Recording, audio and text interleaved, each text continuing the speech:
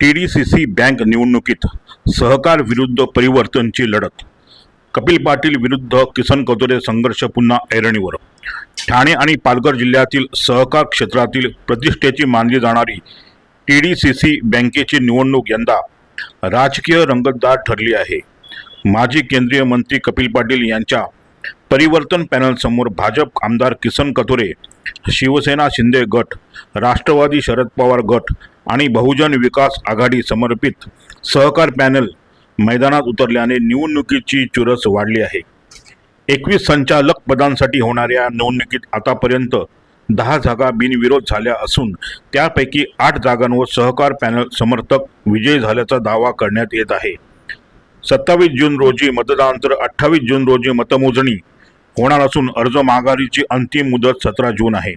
दरम्यान ठाण्यात झालेल्या संयुक्त पत्रकार परिषदेत खासदार नरेश म्हस्के यांनी बँक निवडणुकीत पक्ष राजकारण नसल्याचा दावा केला, तर मंत्री प्रताप सरनाईक आणि आमदार क्षितिज ठाकूर यांनी सहकार पॅनलचे वर्चस्व निश्चित असल्याचे सांगत विरोधी उमेदवारांनी 17 जूनपूर्वी माघार घेण्याचे आवाहन केले. आता टीडीसीसी बँकेवर सहकार की परिवर्तन याचा फैसला मतदार करणार आहेत. 25 वर्षांपासून या बँकेशी मी संलग्न आहे.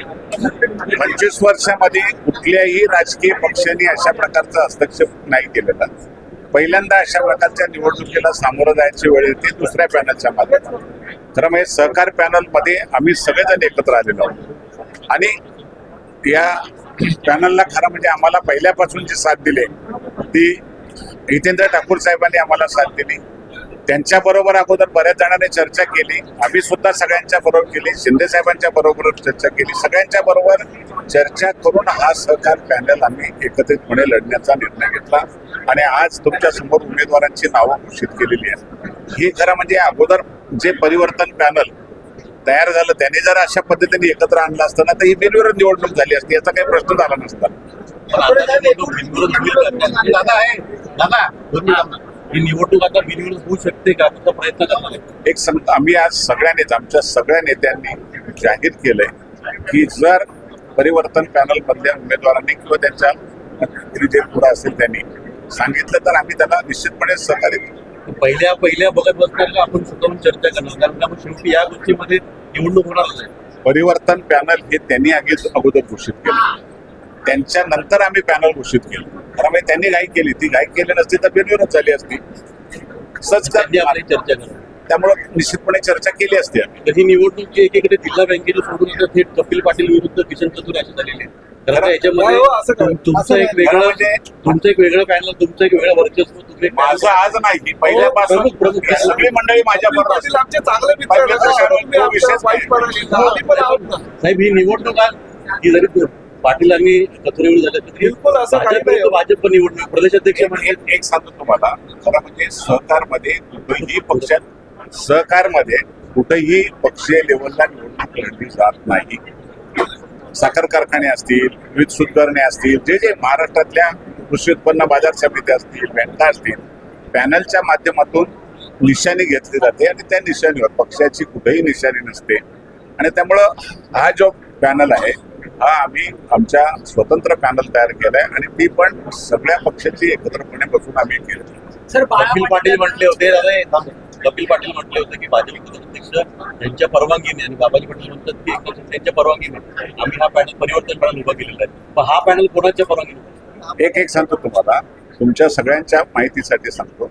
जर पॅनल उभं करायला त्यांना जर अधिकार दिले होते तर ठाणे जिल्ह्यामध्ये भाजपचे दुसरे पण आमदार आहेत, त्या आमदारांना माहिती असायला पाहिजे होतं. बँकेमध्ये मी पहिल्यापासून त्याच्यामध्ये आहे, तर मला कधीतरी सांगायला पाहिजे होतं का बाबा हे पॅनल आपण उभं करायचे आणि त्या पॅनलच्या माध्यमातून आपण निवडणूक लढा. आम्ही अशा प्रकारचा आणि त्यांचा पॅनल झाल्यावर आम्ही सगळे सहकार पॅनलच्या माध्यमातून हे करतो. तुम्ही म्हणता की या निवडणुकीत कधी राजकीय पक्ष आला नाही, पण सगळेच राजकीय पक्ष व्यासपीठावर इकडे आणि तिकडे. पहिल्यांदा निवडणुकीमध्ये मोठ्या प्रमाणात राजकीय नेते आलेले आहेत आणि ही निवडणूक एका विधानसभा किंवा जिल्हा परिषद टाईप होताना दिसते. नाही, याला कुठलं ते स्वरूप आणण्याचा प्रश्न नाही. जिल्हा परिषदा, नगरपालिका, महापालिका होऊन गेल्यात. आता हा स्वरूप आलेले दिसते, काही येणार नाही स्वरूप. ही निवडणूक सहकार पॅनल वन साईड जिंकेल, कुठली अडचण येणार नाही. सर बाबाजी पाटील बिनविरोध किती आलेला आहे आणि तुमच्यासोबत किती आहे? 10 बिनविरोध झालेले आहेत, त्यापैकी 8 आमच्याकडं वन साईड आहेत आणि दुसऱ्या ज्या आहेत त्याच्यामध्ये पण पूर्ण बहुमत येण्यासाठी काहीच अडचण नाही. त्यामुळे तुम्ही निवडणूक जिंकणं हा विषय नाही. आम्हाला एकत्रितपणे लढलो असतो तर त्याचा आनंद आहे. आणि तालुका लेवलचे 3 आहेत ते पण आमचे निवडून येतील. त्याच्यामुळे तो प्रश्न नाही, जिंकणं हा नाही.